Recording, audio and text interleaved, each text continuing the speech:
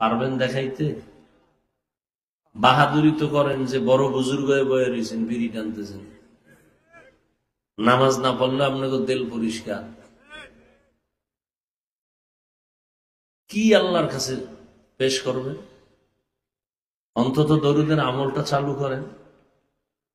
দুনিয়া তো মানুষ তো লাভ চায়, পাগল হেও নিজের ভালো বুঝে, ও আগুনে হাত দেয় না পুড়ে যাবে।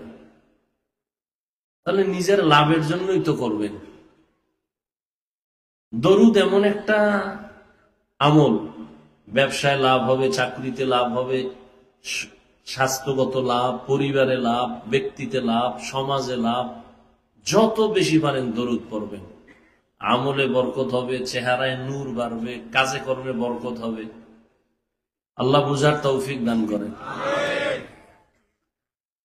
গতকাল এবং আজ অনেক উলামায়ে হাজরাত আলোচনা রেখেছেন, আপনারাও সবরের সাথে আলোচনা শুনছেন। উঠা বসা করলে আমি দোয়া করে দিব, কারণ এই আমার অভ্যাস নেই, পারি না। কারণ বয়ান তো মুখস্থ করেও করা যায় না, দেখেও করা যায় না। বড় কঠিন এক বিষয় নিয়ে দুনিয়াতে জন্ম নিলাম, না ঘুম না খাও। কুত্তা এরম দৌড়ায় না যেই পরিমাণ দৌড়াই সারা দুনিয়ায়। দিন নাই, রাত নাই, সকাল নাই, বিকাল নাই, রৌদ্র নাই, বৃষ্টি নাই।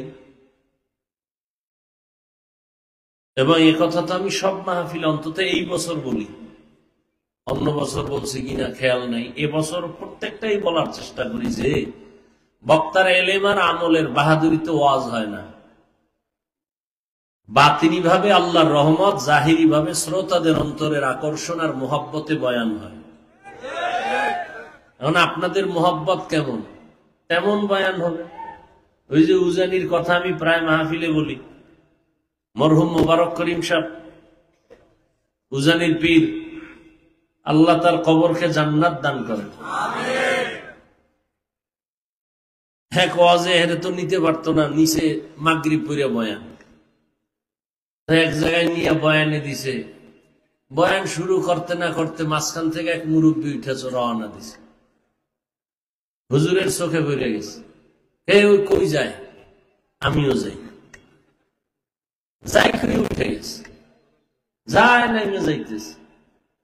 কমিটির লোকেরা গিয়া পাও তাড়াতাড়ি, কারণ বুড়ায় যায়, আমি থাকবো, আর যদি ও আয় তো আমি